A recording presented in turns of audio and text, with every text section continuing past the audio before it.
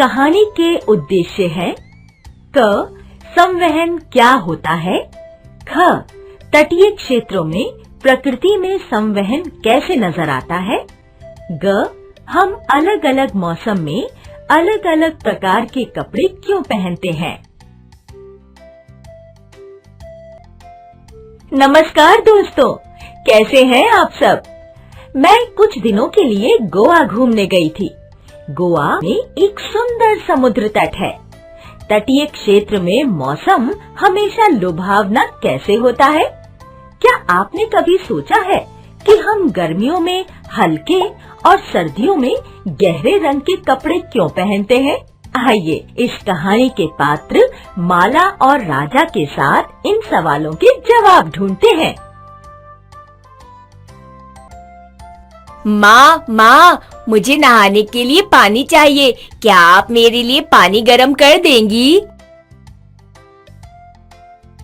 हाँ राजा, कुछ देर रुको, पानी गर्म होने में थोड़ा समय लगेगा।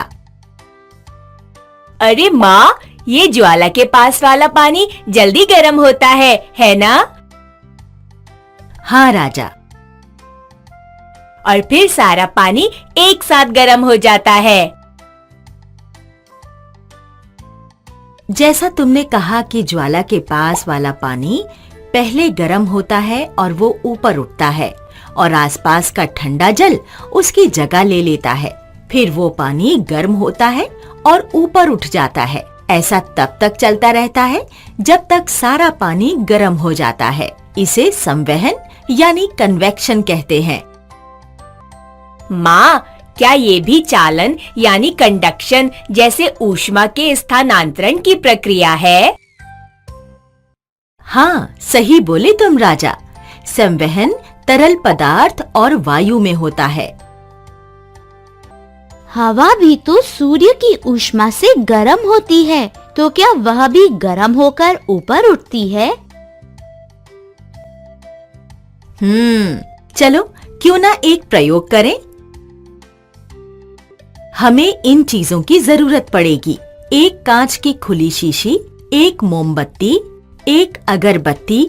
हमें कार्डबोर्ड के गोल टुकड़े पर 2 छेद करने पड़ेंगे, टेप और माचिस।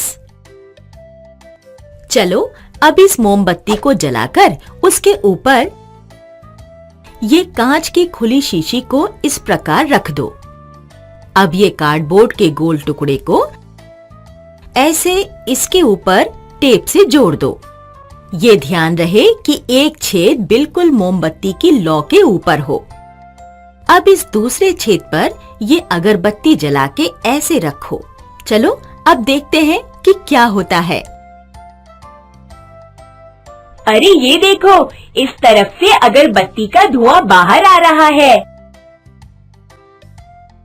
हाँ, पर अगरबत्ती का धुआं अंदर कैसे गया? सोचो। मोमबत्ती के पास वाली गर्म हवा बाहर आ रही है और उसकी जगह पर अगरबत्ती के पास वाली ठंडी हवा दूसरे छेद से अंदर जा रही है। हाँ, और फिर वही हवा गर्म होकर मोमबत्ती के ऊपर वाले छेद से बाहर आ रही है। बहुत अच्छा बच्चों। इसका मतलब है कि गर्म हवा ऊपर उठती है और उस खाली जगह पर ठंडी हवा जगह बना लेती है।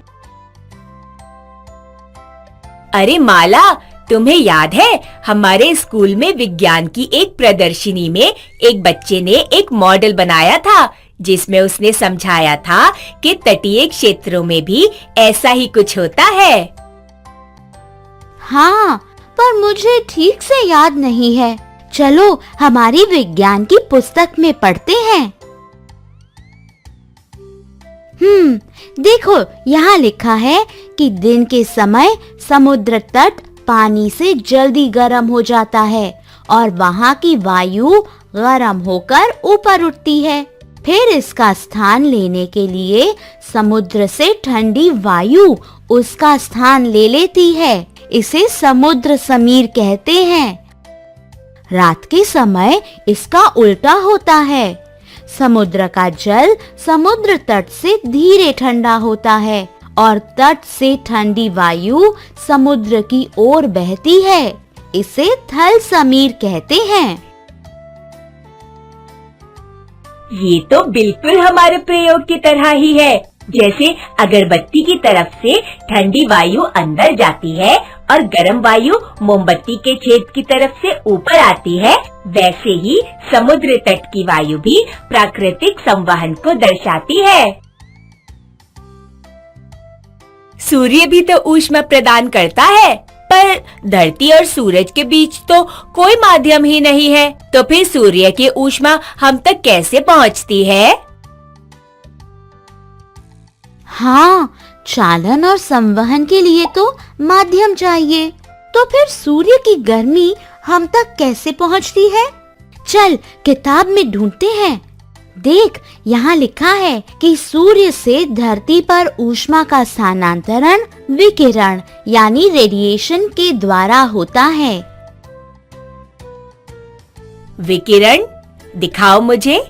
यहाँ ये भी लिखा है कि विकिरण के लिए किसी भी माध्यम की जरूरत नहीं होती है, यानी ऊष्मा का स्थानांतरण 3 तरीकों से होता है: चालन, संवहन और विकिरण। राजा, तुम कुछ गरम पहन लो, अब ठंड बढ़ गई है। माँ, गरम कपड़े हमें गर्मी देते हैं और गर्मियों में हम हल्के रंग और हल्के कपड़े पहनते हैं। हाँ, सही बात है। गर्मी में हम हल्के रंग इसलिए पहनते हैं क्योंकि हल्के रंग ऊष्मा को परावर्तित यानी रिफ्लेक्ट करते हैं और हमें कम गर्मी लगती है। पर गहरे रंग के कपड़े ऊष्मा को अवशोषित यानी अब्सॉर्ब करते हैं, इसीलिए हमें ठंड कम लगती है। अच्छा, तो मैं जल्दी से लाल रंग का स्वेटर पहन लेता हूँ। अरे, अब तो तुम्हारा नहाने का पानी भी ठंडा हो गया। चलो अब हम गृह कार्य कर लें, नहीं तो कल टीचर जी से डांट खानी पड़ेगी। तो दोस्तों, आपने समझा कि संवहन और विकिरण क्या होता है। हमने ये भी जाना कि तटीय क्षेत्रों में हमेशा सुहाना मौसम क्यों होता है।